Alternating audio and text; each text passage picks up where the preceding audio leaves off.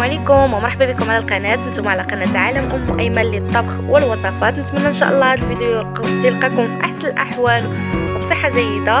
الفيديو ديال اليوم ان شاء الله غادي نشارك معكم لانش بوكس ديال ولدي وكذلك مشتريات ووجبه للعشاء خفيفه ظريفه وكتجي بنينه بزاف. نتمنى ان شاء الله الفيديو يلقى الذوق ديالكم. بالنسبه للانش بوكس خديت هنايا خبز الطاكوز، درت فيه لاصوص، درت كذلك الخس، الخيار قطعته هكا شرائح طويله، وغادي نزيد قطع ديال المطيشه او الطماطم. غادي نضيف كذلك بصله مشحره قطعتها على شكل طولي، وعندي هنايا صدر الدجاج قطعته كذلك على شكل طولي، طيبته غير مقيله هكا مع زويته والثومه محكوكه والعطريه ديال الشاورما. صافي هنايا غادي نزيد شويه ديال لاصوص هكا من الفوق. بالنسبه لعند لاصوص اللي درت على الخبز ولا كذلك هذه يمكن لكم تستعملوا اي صوص متوفره عندكم.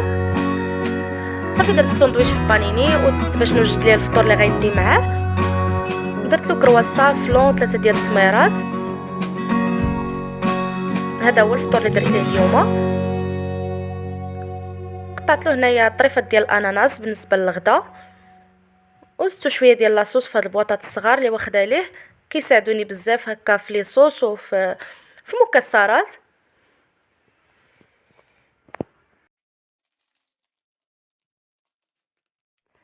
من بعد ما وجد ليا الساندويتش فدرتو ليه في هذا الورق ديال الطبخ وقسمته ليه هكا على زوج باش يجيه سهل في الماكله وما يعذبوش. وجدت ليه معاه كذلك شويه ديال الفريت. صافي غادي ندوز نجمع ليه هذا الشيء ونرجع معكم ان شاء الله.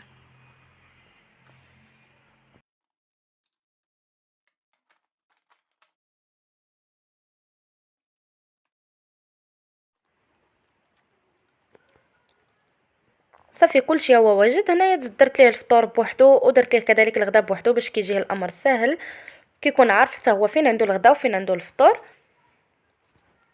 صافي غادي نزيد قريعه ديال الماء وها هو اللانش بوكس ديالو واجد.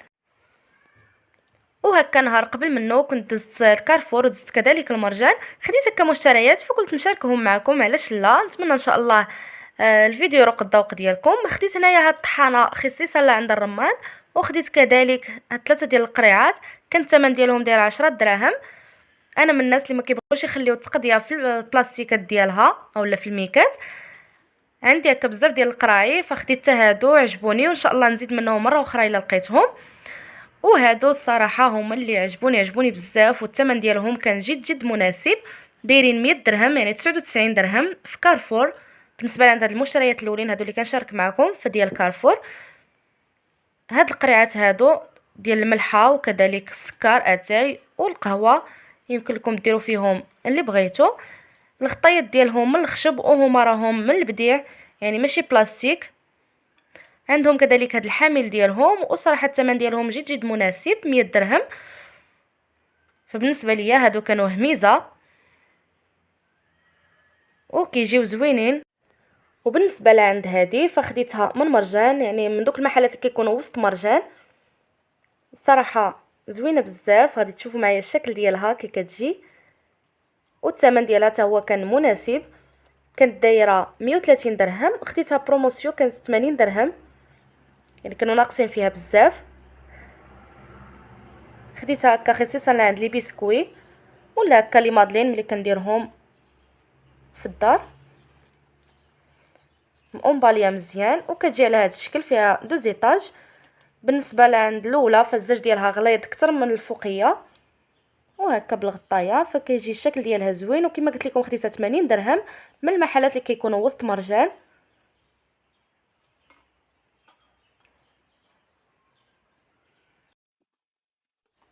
بالنسبه لعند هاد العصاره فخديتها كذلك حتى هي من مرجان.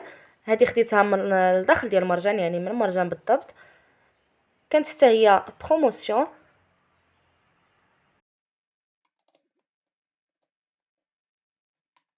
فديجا كانت عندي وحده في اللون الابيض خسرت ليا، هذه لقيتها في نفس اللون اللي عندي فيه كاع لي ماشي اللي في الكوزينه، عجبتني بزاف. وصراحه كان الثمن ديالها مناسب، على ما اظن 120 درهم ولا 130 درهم، ما بقيتش عاقله بالضبط. فيها عامين ديال لا غارونتي، صراحه زوينه بزاف.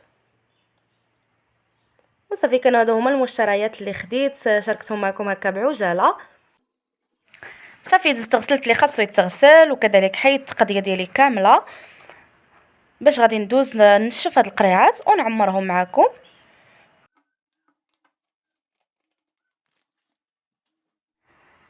نشفت هنايا القريعات وغادي ندوز باش نعمرهم. هذه درت فيها اتاي، هزت ليا باكيه ديال اتاي ومازال فين تهز باكيه واحده اخرى، يعني راهم كبارين. غادي ندوز باش ندير في الثانيه ندير فيها السكر. شكون بحالي عزيز عليها دير اتاي بالسكر اللي على هذا الشكل هذا. انا هذا هو السكر اللي كنستعمل الاتاي، ما كيعجبنيش ندير اتاي بالمورسو ولا بسنيده، كيعجبني نخدم هذا السكر هذا. واخا الصراحه ما بقاش كيما السكر ديال شحال هادي. صافي درت في هذه هنايا السكر،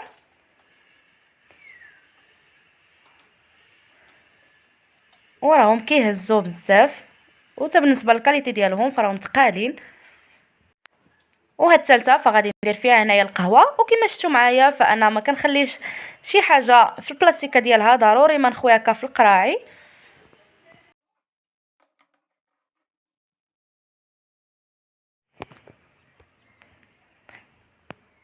وهذا الشكل النهائي ديالهم كيفاش جاو. الصراحه جاو زوينين وعطاوني حتى منظر لعند هاد البلاصه. دابا غادي ندوز باش نوجد معكم الوجبه ديال العشاء، وغادي ندير هاد النوع من لي بات كانيلوني. غادي تشوفوا معايا الطريقه ان شاء الله. وهنايا في المقيله فوق نار مهيله درت هكا شويه الزبده وشويه الزيت، وغادي ندوز باش نشحر البصله. غادي نخليها حتى تنزل ليا مزيان. في مقيله اخرى درت مطيشه محكوكه وزدت عليها الثومه. غادي نزيد عليها كذلك الربيع. غادي نزيد عليها شويه ديال الزيت ونردها فوق البوطه باش نوجد هاد لاصوص طوماط. غادي نزيد الثومه حتى مع البصله باش تعطيها نكهه. هنايا مع خدمت البصله البيضاء فلقيت الكميه نقصات بزاف، اضطريت انني نزيد شويه ديال البصله وغادي نخليها حتى هي تشحر. من بعد ما نزلت لي ديك البصله فزدت ليها الكفته. غادي نزيد كذلك الربيع يعني قزبر ومعدنوس، وغادي نزيد الملحه البزار والفلفله الحمراء او البابريكا او التحميره. صافي هذه هي العطريه اللي غادي ندير او التوابل، وغادي نحركها مزيان ونخليها تكمل تشحر. بالنسبه لعند هاد لاصوص طوماط فزدت ليها المركز ديال الطماطم وزدت كذلك الملحه البزار وكاس ديال الماء وخليتها حتى تشحرت ليا على هذا الشكل. من بعد ما طبت ليا هنايا الكفته والبصله وكذلك وجدت ليا هاد لاصوص فغادي ندوز باش نوجد هكا الكغاط اللي غادي ندخل الفران. درت طبقه ديال لاصوص طوماط وزدت كذلك الجبن ديال الريكوتا كيتواتى بزاف مع هاد النوع ديال لي بات. صافي وغادي نبدا نعمر هاد القنينطات على هاد الشكل. هنا كتعمروا الجهه الاولى وكدوروا وتعمروا الجهه الثانيه باش كتجيكم سهله. وغادي نحطوهم على هاد الشكل. صراحه كتجي بنينه بزاف وخفيفه هكا سهله.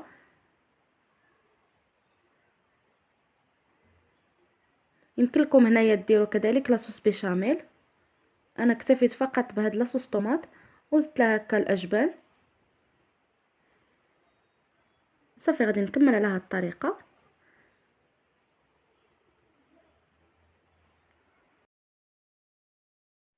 غادي نستمر بنفس الطريقه حتى نكمل الكميه اللي بغيت ندير. فكما قلت لكم انا هنايا دايره وجبه ديال العشاء. درت كميه هكا قليله، درت غير طبقه واحده، زدت ليها الفرماج ديال الموتزاريلا محكوك وزدت هنايا هاد لاصوص طوماط من الفوق. زدت الجبن ديال الريكوتا فوق لاصوص طوماط وزدت هنايا الفرماج الاحمر محكوك. بالنسبه لعند هاد النوع ديال لي كغاطان فكل ما درتو ليهم الاجبان بزاف كل ما كيجيو بنانين اكثر. وهنايا نسيت ما قلت لكمش ردوا البال الملحه ملي تكونوا كديروا الملحه في لي صوص وكذلك مع الكفته، لان هنايا كديروا الاجبان فكيكونوا مالحين. انا بالنسبه لعند هاد الجبن ديال الريكوتا عندي اللي ما مالحش فردوا البال مع الملحه. صافي زدت هنايا شويه ديال المعدنوس او البقدونس للتزيين فقط. غادي ندخلها للفران اللي كنكون مشعل عليه من قبل. كيكون فران سخون كنشعل عليها غير من التحت حتى كطيب ليا مزيان، عاد كنشعل عليها من الفوق باش غير كتحمر. ما كتاخذش لينا وقت كتير في الطياب، من واحد 20 دقيقه. صافي كنشعلوا عليها من الفوق حتى كتحمر وكنخرجوها. غادي تشوفوا معايا الشكل ديالها النهائي. من بعد ما خرجتها من الفران هذا هو الشكل ديالها. كتجي بنينه بزاف وكيحماقوا عليها الوليدات الصغار، فغير جربوها اكيد غادي تعجبكم وتعجب وليداتكم ان شاء الله. غادي ندوز باش نقدم الوجبه ديال العشاء ونرجع معكم ان شاء الله باش نكمل معكم لا فيديو اللي اختاريت نشاركو معكم اليوم. كانت وصلتني هنايا واحد لا كوموند من شي فقلت غادي نشاركها معكم تستافدوا منها هكا. هنايا خديت هاد الجاكيطه اللي عند ولدي، يعني مشتريات بسيطه فقط. خديت هاد الجاكيط اللي عند ولدي، العمر ديالو 4 سنين. خديت له هنايا القياس ديال متر و20، هما دايرين فيها القياسات من 80 حتى لمتر و20. الصراحه لا فينيسيون ديالها غزاله كما كتشوفوا معايا في الصوره، مفينيه مزيان، وكذلك الكاليتي زوينه بزاف مقارنه مع الثمن. يعني الثمن ديالها كان 127 درهم، يعني بالنسبه لعند الثمن مع لا كاليتي فالصراحه راها زوينه بزاف. اول مره غادي نجرب شي حاجه ديال اللباس هكا من شيئين، فصدقات زوينه. وكما قلت لكم بالنسبه لعند القياسات فجاو هما هادوك. خديت هاد متر وعشرين، هما دايرين لك القياسات ديال كل حاجه، فكتاخدي القياسات هكا ديال ولدك ولا بنتك ولا ديالك ولا ديال الزوج ديالك، وكتشوفي الا كانوا مطابقين مع داك القياس اللي دايرين.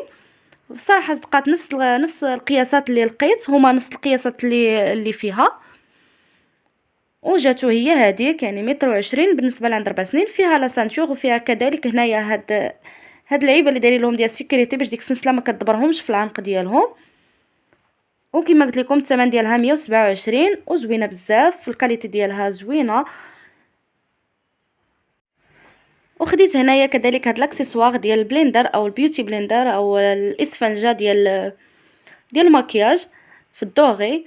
صراحه زوينه وكان الثمن ديالها بسيط، ما عقلتش بالضبط الثمن ديالها 13 درهم، مهم ما فايتش 13 درهم. كتجي على هذا الشكل وكتجي زوينه بزاف وخا الحجم ديالها صغير. خديت كذلك هنايا هادو اللي عند ولدي بالنسبه ملي كنكون دايره ليه في الدار كوكيز ولا دايره ليه بسكوي ولا شكلاط ولا شي حاجه اللي كنبغي ندير ليه في لانش بوكس ديالو.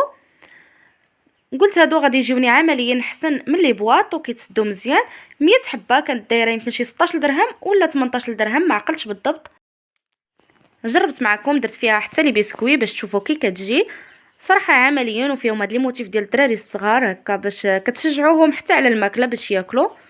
ملي كديروا لهم حويجات بحال هكا فراكم كتشجعوهم بزاف باش انهم يتناولوهم. خديت هادو كذلك كتزينوا بهم هكا الكؤوس ديال القهوه ديالكم، حتى هما كيجيو زوينين وكان الثمن ديالهم مناسب. وخديت هذه ليا في بعض المرات هكا كنخلي الضو خافت على حساب ولدي الصغير، فخديتها ليا هكا باش ما كيضرنيش الضو في عينيا في الليل. خديت كذلك هنايا هاد البوشيط يعني غير صغيره، كان الثمن ديالها يمكن 11 درهم. خديت هادو كذلك هما خاصين بالشعر، انا خديتهم باش ننظم بهم البلاكار ديال الاحذيه اعزكم الله، باش هكا كتحافظوا عليه من دوك الغبار. وكان هذا هو الفيديو اللي شاركت معكم. نتمنى ان شاء الله الافكار ديالي يكونوا نالوا الاستحسان ديالكم، ونتمنى نكون فدتكم ولو بحاجه وحده. ما تنسونيش من لي لايك وكذلك التعليقات ديالكم. الا كنتوا اول مره كتزوروا القناه ضغطوا على زر الاشتراك وفعلوا الجرس باش دائما تتوصلوا بالجديد على القناه ان شاء الله. خليت لكم الراحه ونتلاقاو في فيديو قادم ان شاء الله.